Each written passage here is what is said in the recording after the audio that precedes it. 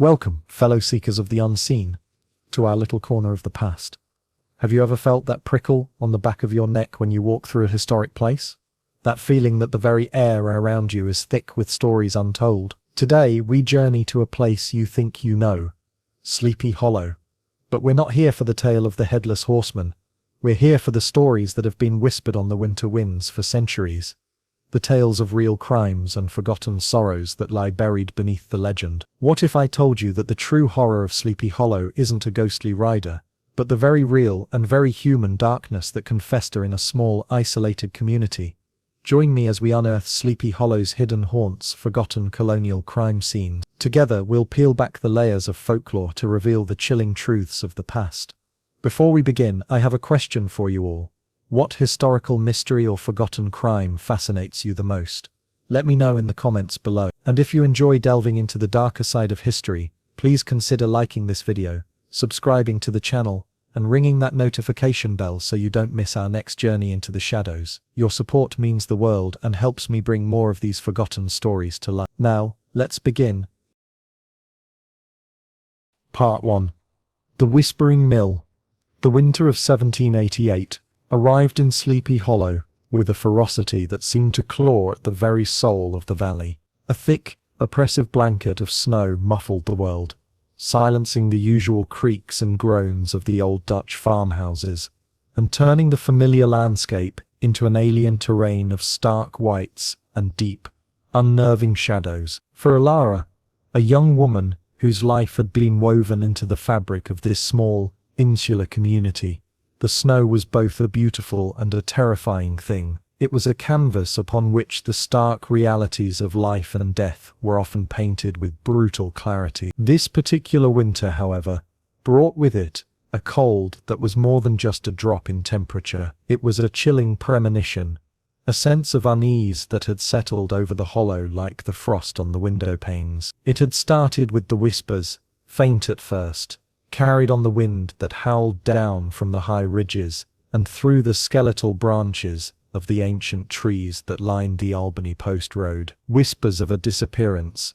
Johann, the miller's eldest son, had vanished. He was a robust young man of 20, with a booming laugh and a spirit as untamed as the Pocantico River that powered his father's grist mill. He was well liked, if a little reckless, and his absence was a tear in the tightly woven tapestry of their community. At first it was dismissed as another of his youthful escapades. Perhaps he had journeyed to Tarrytown for a bit of revelry, and had been waylaid by the potent cider for which the region was famous. But as the days bled into a week, and the snow continued to fall, a gnawing fear began to take root. Alara felt it more keenly than most.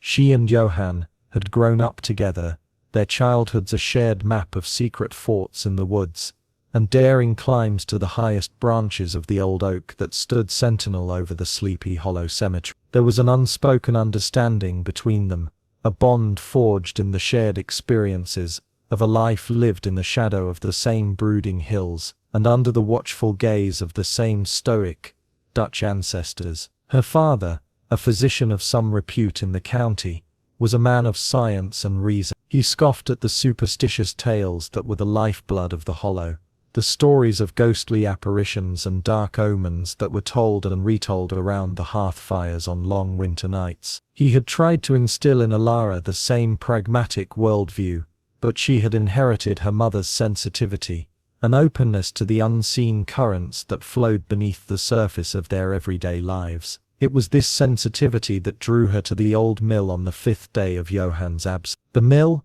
a hulking, 3-story structure of fieldstone and heavy timber, was the heart of the community. It was a place of commerce and gossip, where farmers brought their grain and left with flour and the latest news. But now it stood silent and foreboding, its great water wheel frozen in a sheath of ice, the rhythmic, comforting groan of its massive gears replaced by an eerie silence. The snow had drifted high against the mill's foundation, and Alara had to struggle through thigh-deep powder to reach the heavy oak door. It was unlatched, which was unusual. The miller, a man as meticulous as he was taciturn, would never have left it so. A shiver, not entirely from the cold, traced a path down her spine.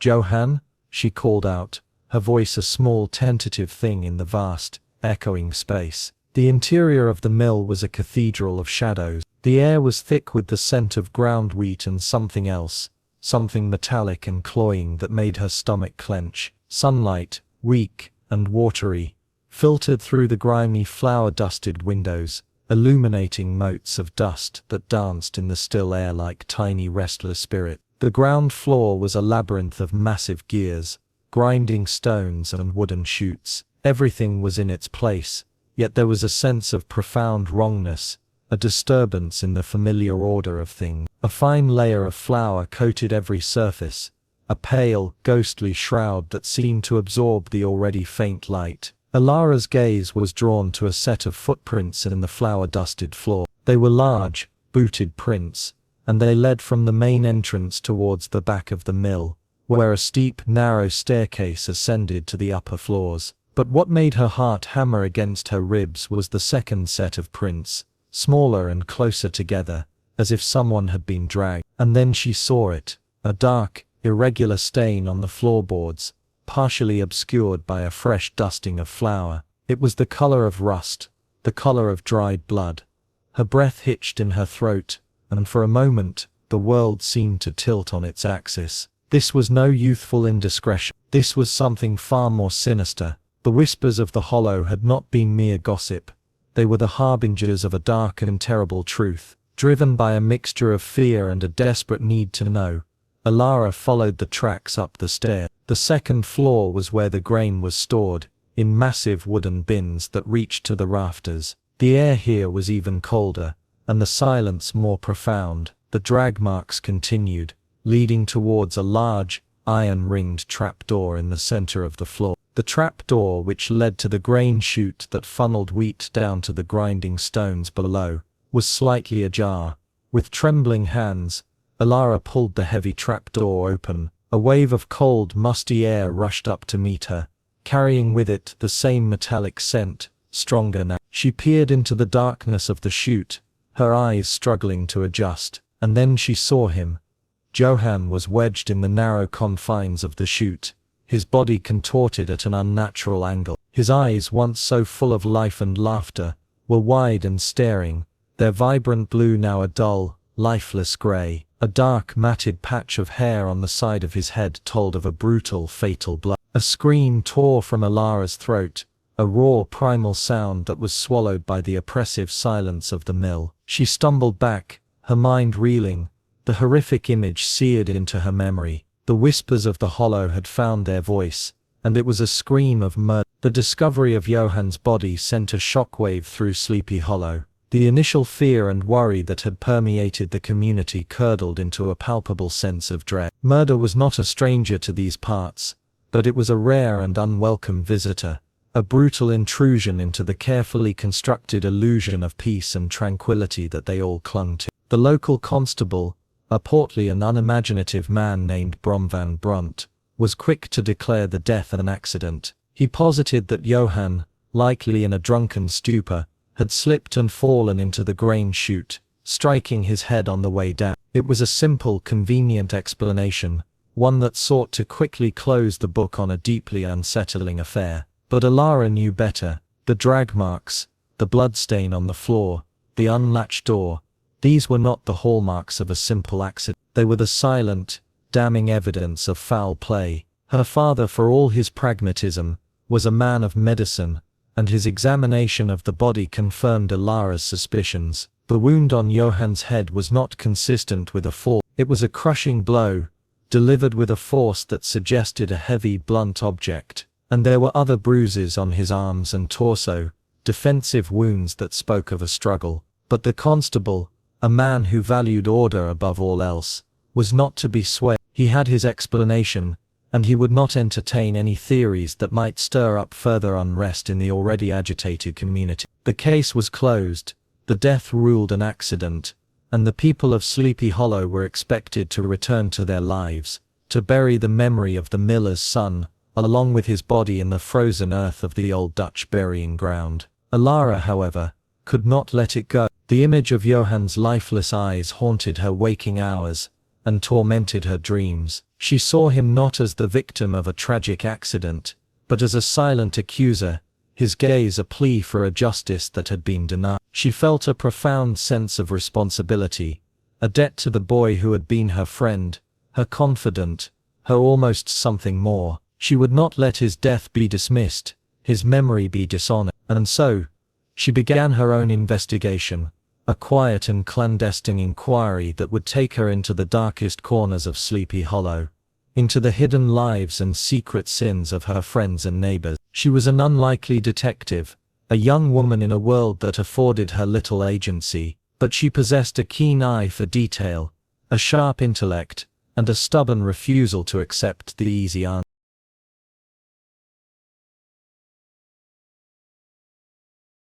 Part 2.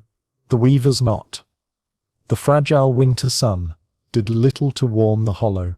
Instead, it seemed to make the cold more apparent, glinting off the endless expanse of snow and ice, with a sharp, sterile brilliance. For Alara, the world had become a place of stark contrasts, the pristine white of the landscape, and the dark, tangled secrets it concealed. The small, ornate silver button she had found at the mill felt heavy in her pocket, a constant, chilling reminder of the violence that had shattered the valley's quiet slumber. It was a tangible piece of a puzzle she was now compelled to solve, a single thread to pull in the hopes of unraveling a weaver's knot of deceit. Her father, Dr. Abram van der Donk, had noticed the change in her. The quiet melancholy that had settled upon her after Johann's death had sharpened into a focused intensity, a restless energy that kept her pacing the floorboards of their small home late into the night. He saw the questions in her eyes, but did not press her, trusting the keen intellect he had so carefully nurtured. He simply made sure the fire in his study was always lit, and the inkwell was never empty, a silent offering of support. Alara knew her first step must be to identify the button's owner. Such an object of refined taste was a rarity in Sleepy Hollow, a community of pragmatic farmers and artisans. Her mind turned to Mistress Pruitt, the village seamstress, an elderly woman whose fingers were as nimble as her tongue.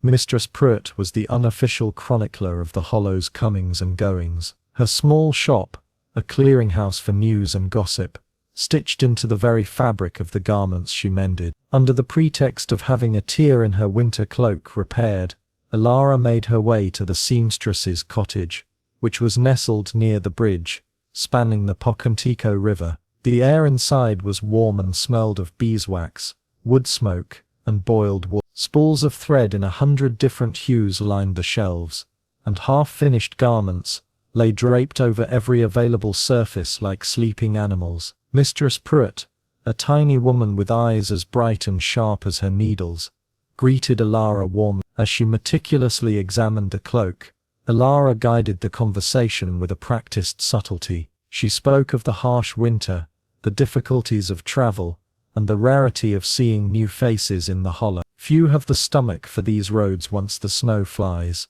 the old woman clucked, her needle darting in and out of the heavy fabric. Though we did have a gentleman visitor of some means, just before the first heavy storm, from New York City he was, a Mr. Finch, Alistair Finch. Alara's heart gave a slight, nervous flutter. A man of means, you say? Oh, my, yes. Mistress Pruitt's eyes twinkled with the memory. The finest wool coat I've ever laid eyes on, and a waistcoat of embroidered silk, commissioned me to replace a button on it.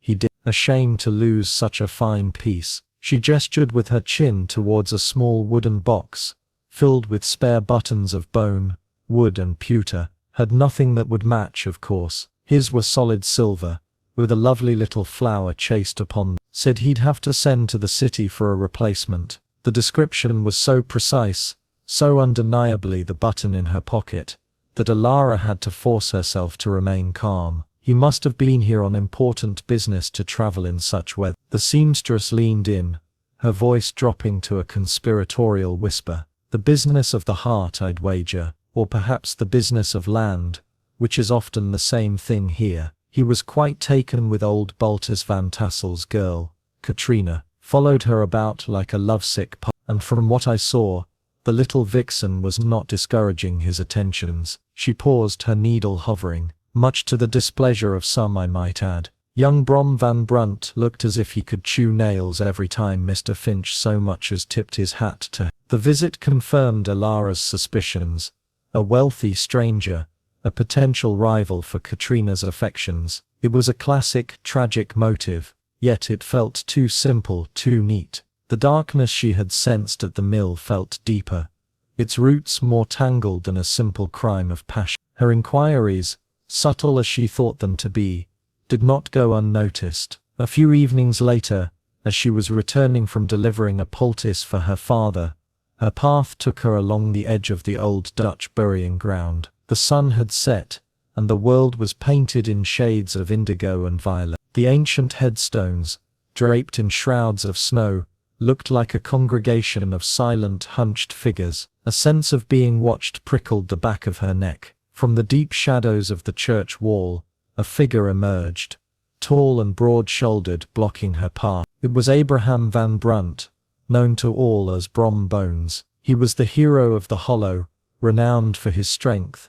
his horsemanship, and his boisterous, often intimidating presence. In the fading light, however, his usual swagger was gone, replaced by a grim serious. "You've been asking questions, Alara," he said, his voice a low rumble that was not unkind, but held a clear warning. Alara clutched her basket tighter. "I am merely troubled by the death of my friend, Abraham." The constable's explanation does not sit well. Brom took a step closer, the snow crunching under his heavy boots. "Some things are better left to sit. You're stirring a pot that's best left to cool." He looked past her, towards the distant lights of the Van Tassel farm. "Your meddling will only bring sorrow, not to the they are past sorrow. It will bring it to the living." He met her gaze, his own eyes dark with a meaning she could not quite decipher. "Leave it be." For Katrina's sake. The encounter left her shaken. Brom's warning was a paradox. Was he threatening her to protect himself,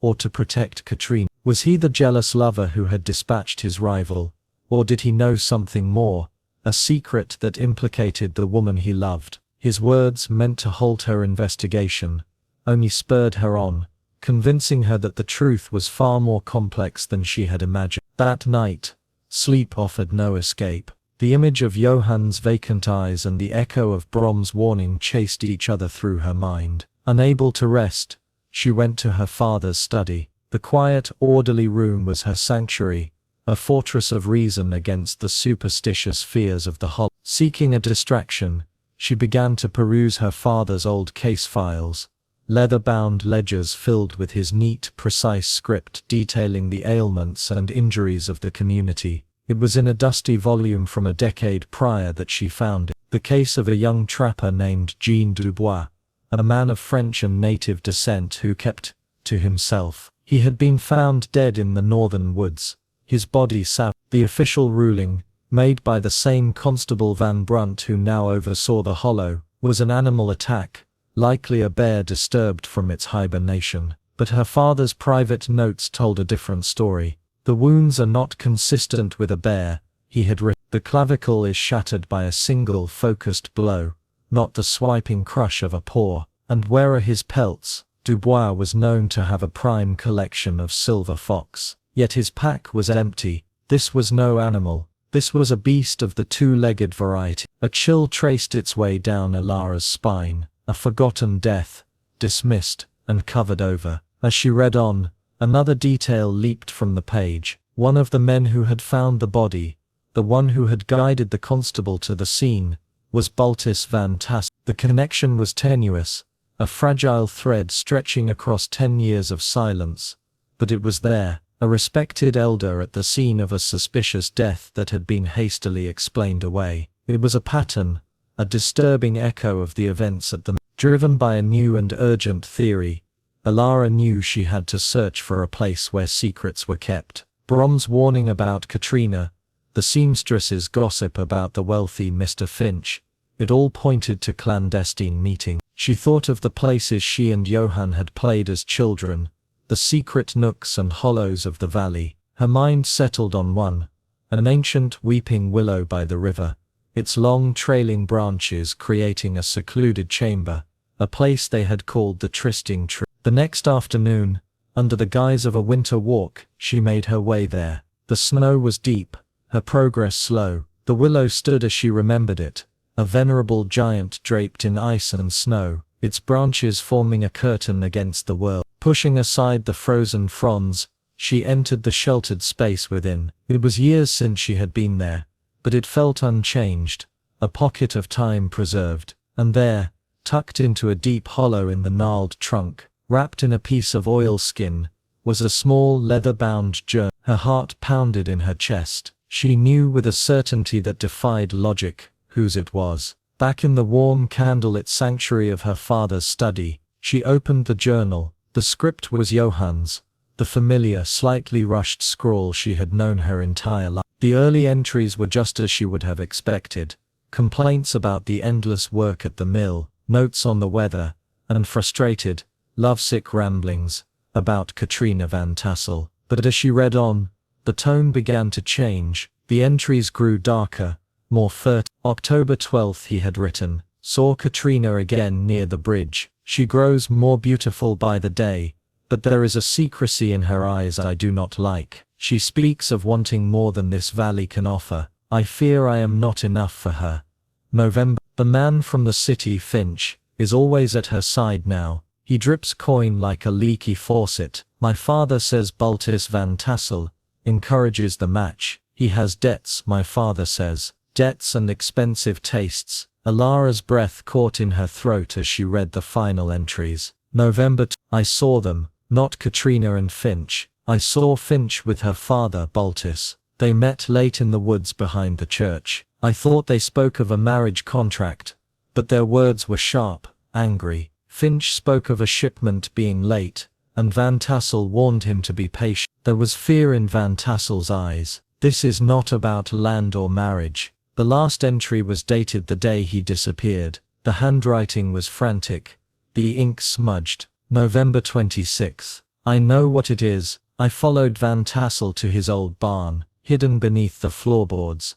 Dozens of them, prime silver fox, the same as were stolen from Jean Dubois all those years ago. He is not just in debt, he is a thief, a smuggler. Finch is his buyer. This is how he pays for Katrina's silks and his fine wines. With stolen goods and blood money. Dubois did not die in a bear attack. I am sure of it. Van Tassel has deceived us all. I have to tell someone. I will confront him. He is at the mill today, discussing the winter grinding. I will face him there.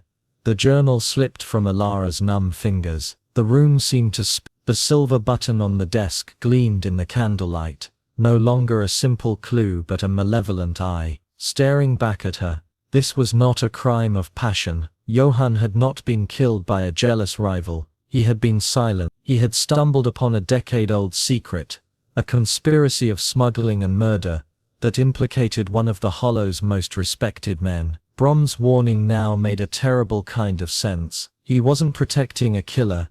He was trying to protect Katrina from the sins of her father. The entire Hollow, with its cheerful hearths and neighborly pleasantries, was a facade, built upon a foundation of buried secrets and forgotten dead. The snow fell harder outside, its relentless descent muffling the world, isolating her in the sudden terrifying silence of her knowledge. The path forward was no longer a simple matter of finding justice for Johann. It meant exposing the rot at the core of her community, confronting a man who had killed before and would surely kill again to protect his secret. It meant risking not only her own life, but the fragile peace of Sleepy Hollow itself. In the quiet of the study, surrounded by her father's books of logic and reason, Alara van der Donk made a choice. For Johann, for the forgotten trapper, Jean Dubois, for the truth itself. The weaver's knot had been pulled, and she would not stop until the entire rotten tapestry was unraveled.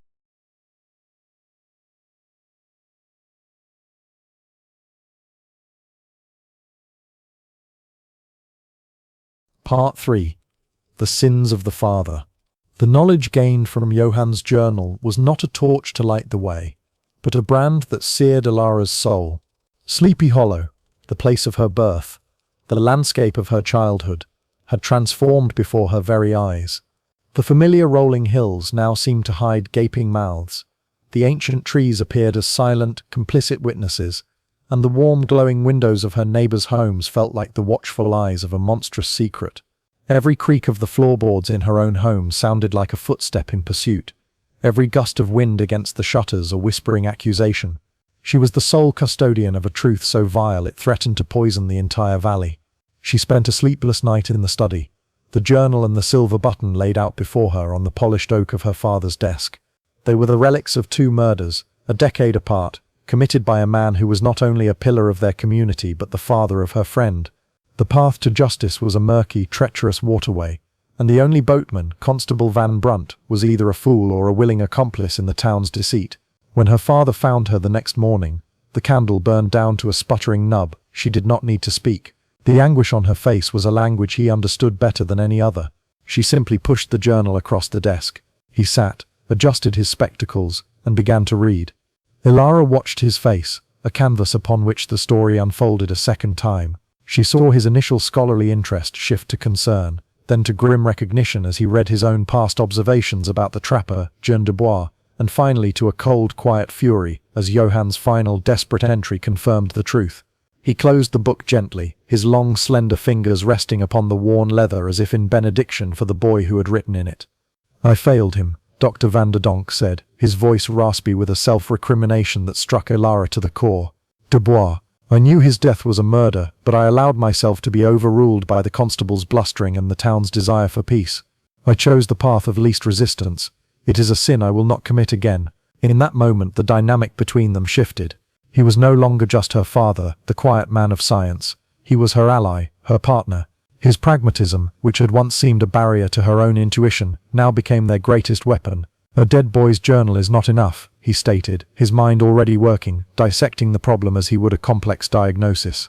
"It is hearsay. Van Tassel will dismiss it as the ravings of a spurned suitor. We need incontrovertible proof. The furs, if they are where Johann said they are, then we have him." The plan they devised was dangerous, its success hanging by the thinnest of threads. The Van Tassel farm was bustling, rarely left unattended, but her father was the town physician, his movements rarely questioned. He would orchestrate a diversion, a feigned medical emergency at the farm furthest from the Van Tassels, on the other side of the valley. He would request that Baltus, as a respected elder, accompany him to assist with what he would describe as a gravely injured farmer. It was a gamble that relied on Van Tassel's need to maintain his public image as a pillar of the community. While they were gone, Ilara would have a small window. She would go to the old disused barn at the edge of the Van Tassel property, the place Johann had mentioned in his final entry. 2 days later, the plan was set in motion. A heavy, swirling snow had begun to fall, a perfect cloak for her clandestine mission. She watched from her window as her father's sleigh, with a grim-faced Baltus Van Tassel seated beside him, departed down the Albany Post Road, disappearing into the white curtain of the storm. Ilara wrapped herself in her heaviest cloak, her heart a frantic drum against her ribs. The walk to the Van Tassel property was a battle against the wind and the deepening snow. The world was a maelstrom of white, and the familiar landmarks of the hollow were erased, leaving her feeling utterly alone. The old barn, when she finally reached it, was a skeletal silhouette against the grey sky, its timbers groaning under the assault of the wind. The door was barred from the outside with a simple wooden peg. Inside, the barn was a tomb of forgotten things. The air was frigid and thick with the smell of decay, old hay, and the musk of animals long since gone. Snow swirled in through the gaps in the walls, dusting the floor in shifting patterns. Light was scarce, just a dim, ethereal glow filtering through the storm. Guided by Johann's words, she found the section of the floor he had described, near the old empty milking stalls. The floorboards were old and weathered. Using a small iron pry bar she had taken from her father's tool chest, she began to work on the first plank. The sound of the wood groaning and splintering was deafening in the silence, and she froze after every pull, her ears straining against the howl of the wind.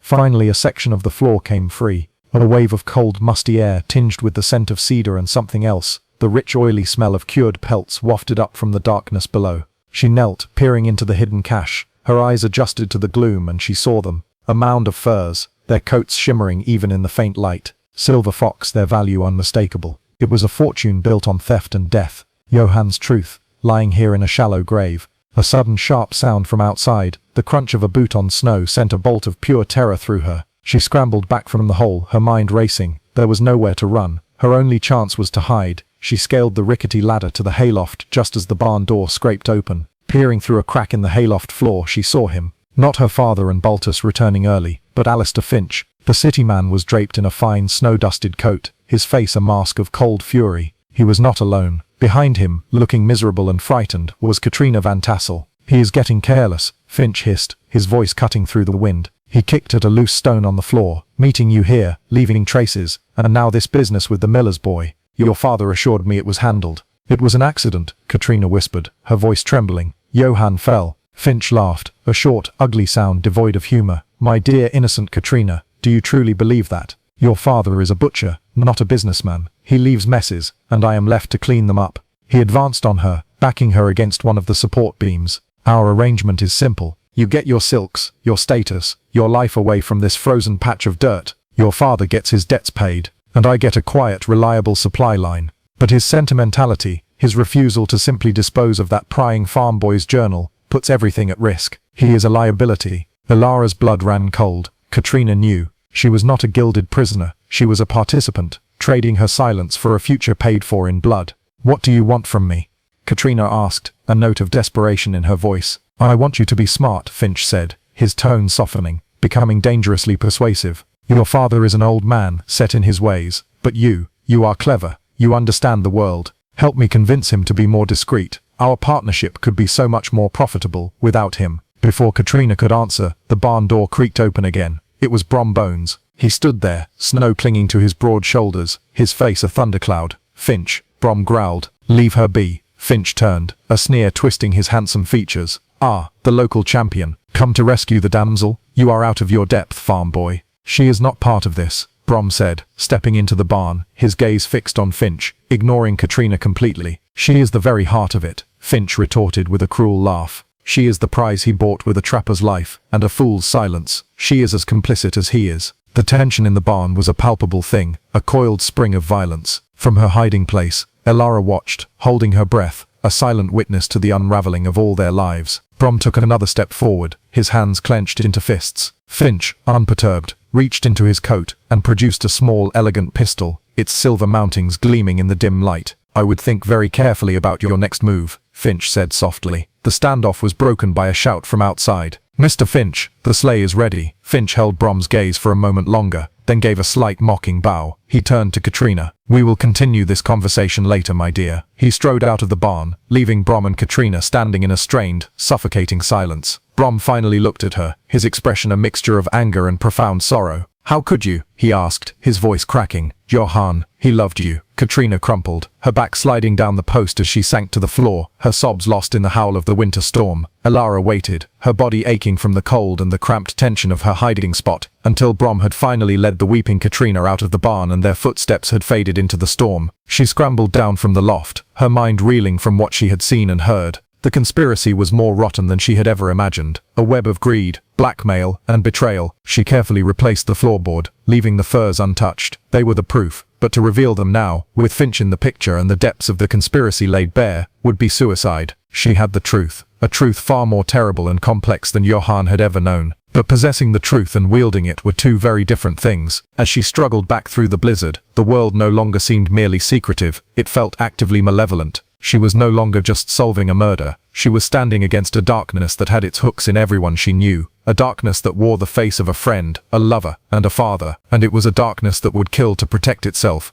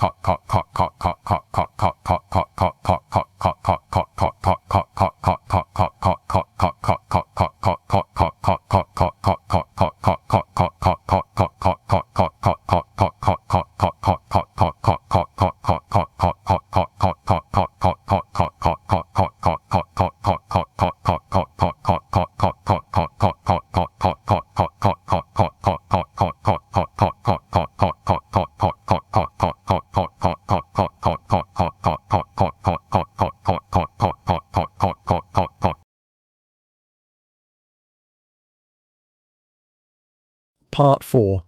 Weaponizing the Legend. The hearth in Dr. Van der Donk's study had become a war room, the flickering flames a silent counsel to the two figures who sat before it. The truth they possessed was a dangerous currency, too valuable to keep and too volatile to spend. To present Johann's journal and the knowledge of the furs to Constable Van Brunt would be worse than useless. It would be a death sentence, alerting their enemies before they could act. Alistair Finch was not a man to be trifled with, and Baltus Van Tassel had already proven he would kill to protect his gilded life. "We are physicians," her father said, his voice a low murmur that barely disturbed the quiet of the room. He stared into the fire, his hands steepled before him. "We diagnose the illness, we identify the poison, but we lack the surgeon's knife to cut it out. Direct confrontation will fail. So we cannot be the surgeon," Elara countered, her mind racing, connecting disparate threads of logic and law. "Then we must be the fever. We must create a crisis within the conspiracy itself, turn the sickness upon itself until it is forced into the light." Her father looked at her, his brow furrowed. "Psychological warfare, against men like these, not against Finch," she clarified, leaning forward, her voice filled with a newfound, dangerous conviction. "He is too worldly, too cynical, but Baltus Van Tassel, he is a man of this hollow. He may have city tastes, but his roots are here, in this soil, nourished by these superstitions. He believes in the omens, the spirits of the dead, and he has 2 deaths on his conscience." She paused, letting the weight of her idea fill the space between them. "What is the greatest fear in this valley, father? The one story that chills the blood of the most steadfast farmer." His eyes widened slightly as he understood. "The horseman, the headless Hessian," she affirmed. "The galloping ghost of the unavenged dead. We will not expose the crime. We will let the spirits of his victims do it for us. We will weaponize the legend." Their plan was audacious, bordering on madness. It was one thing to investigate a crime, another entirely to orchestrate a haunting. The first step was to enlist the one man in the valley, with the skill and the motive to help them, Brom Bones. Elara found him the next afternoon in the stables behind his family's farm, the air thick with the warm, sweet smell of hay and horse. He was currying his powerful black steed Daredevil, his movements methodical and strong. He did not seem surprised to see her. "I told you to leave it be," he said without turning, his voice low and tight. "And I cannot," Elara replied, stepping closer, "because I know what you are trying to protect her from, and I know it will destroy her anyway." Brom stopped his work, his shoulders slumping. He turned to face her, his eyes filled with a torment that made him look years older. "What do you want, Elara?" "I want your help," she said plainly. "I want you to become the ghost that haunts this valley. I want you to ride as the horseman." She laid out the plan, her words quick and precise. He listened in silence, his expression unreadable. She told him about the furs, about Jim Dubois, and about the justice Johann deserved. But she saw that it was not justice that moved him. It was the mention of Finch's venomous words in the barn, the poison he was dripping into Katrina's ear, turning her against her own father, making her a pawn in his larger, more ruthless game. "Finch will destroy them both," Brom finally said, more to himself than to her. "He will use her until her father's enterprise is his, and then he will cast her aside." He looked at Daredevil, a silent communication passing between man and beast. "If a good scare will drive Finch from this valley, and give Katrina a chance to escape this web, then I will ride, not for vengeance, for her." The second part of the plan fell to her father. As the town physician, he was the keeper of both physical and psychological maladies. He began to make subtle inquiries during his rounds, mentioning that the harsh winter and the recent tragic events had given rise to a peculiar spectral melancholy in some of the residents. He spoke of nightmares, of phantoms born of guilt, and of how the sins of the living could give the dead a restless energy. His words, cloaked in the authority of medicine, were potent seeds of suggestion, planted in the fertile ground of the Hollow's superstitious imagination. The most dangerous task fell to Elara herself. She had to return to the barn alone and retrieve a single piece of evidence, the bait for their spectral trap. She made the journey at midday, when the sun was high and bright, hoping the light would ward off the oppressive fear that clung to the place. The barn was silent, empty. With trembling hands she pried open the floorboard once more and pulled a single perfect silver fox pelt from the cache. It was soft and luxurious, its beauty a chilling testament to the ugliness of its acquisition. They chose their moment carefully, the third night after her meeting with Brom, during a violent squall when the wind howled like a banshee, and the snow swirled so thickly that it erased the boundaries between earth and sky. It was a night made for ghosts. From the bell tower of the old Dutch church, Elara and her father watched, sheltered from the storm's fury. The tower gave them a perfect if distant vantage point of the churchyard and the Van Tassel farm beyond. The wind shrieked around them, threatening to tear the old stones apart. Then they heard it, a sound that started as a distant rumble and grew into a thunderous, terrifying gallop. Out of the swirling snow, a figure emerged, massive and terrifying. Brom, cloaked in black, his form hunched over the neck of the charging daredevil, was the very incarnation of the legend. He did not carry a pumpkin, but in one hand, he held the silver fox pelt, which streamed behind him like a ghostly banner. He thundered past the Van Tassel farm, a fleeting vision of nightmare, before wheeling his horse into the churchyard. With a final dramatic flourish, he flung the pelt towards the oldest section of the burying ground, and then vanished back into the storm as quickly as he had appeared. They waited. An hour passed, the storm beginning to abate. A light appeared in the window of the Van Tassel home. The front door opened. Two figures, Baltus and Katrina, emerged, carrying lanterns. Their curiosity, or perhaps a specific, guilty fear, had drawn them out. Their lanterns cut flickering circles in the darkness as they moved cautiously towards the churchyard, drawn to the spot where the phantom had vanished. Elara held her breath, her spyglass trained on them. She saw them stop. She saw Baltus raise his lantern, his face a pale mask of confusion, then dawning horror as he recognized the object lying starkly against the fresh snow. It was draped over a specific grave, a detail Elara had insisted upon. The simple, unmarked stone of the trapper, John Dubois. Baltus let out a cry, a thin, wretched sound that the wind snatched away. He staggered back, clutching his chest, his lantern falling and extinguishing in the snow. He pointed a trembling finger at the pelt, his mouth opening and closing, but no sound coming out. Then, with a shuddering groan, he collapsed. Katrina's scream was sharp and piercing. She rushed to her father's side, her own lantern illuminating the horrific tableau. Her father, motionless in the snow, the luxurious fur, a symbol of their sins, and the silent, accusing gravestones of the dead. "We must go," her father said, his voice grim. "They will be sending for the doctor." The call came less than an hour later. Her father left, his medical bag in hand, his face a stoic mask that betrayed none of the turmoil within. Elara was left alone in the house, the silence amplifying the frantic beating of her heart. Their plan had worked, but with a terrible unforeseen consequence. They had meant to spook their quarry, to flush it into the open. They had not meant to strike it down. Late into the night her father returned, his face etched with weariness. "It's a seizure of the heart," he said, slumping into his chair. "He is alive, but barely. He cannot speak.